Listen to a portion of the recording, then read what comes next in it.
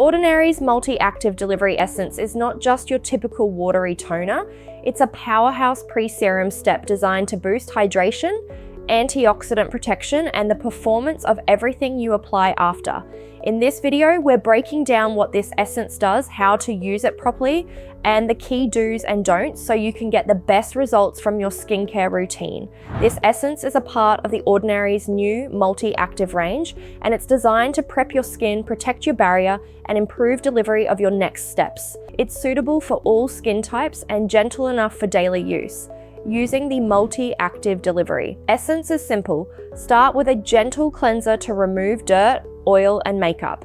Next, apply toner, which is optional. Next, pour a few drops of the essence into the palm of your hand or onto a cotton pad. Gently pat or sweep across your face and neck, don't rub. Let it absorb for a few seconds before moving on. Next, layer your favorite water-based serums. Apply any oil-based serums, then finish with a moisturizer to seal it all in.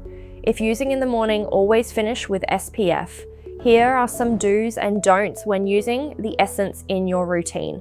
Do use it daily, morning and night, as your first step after cleansing.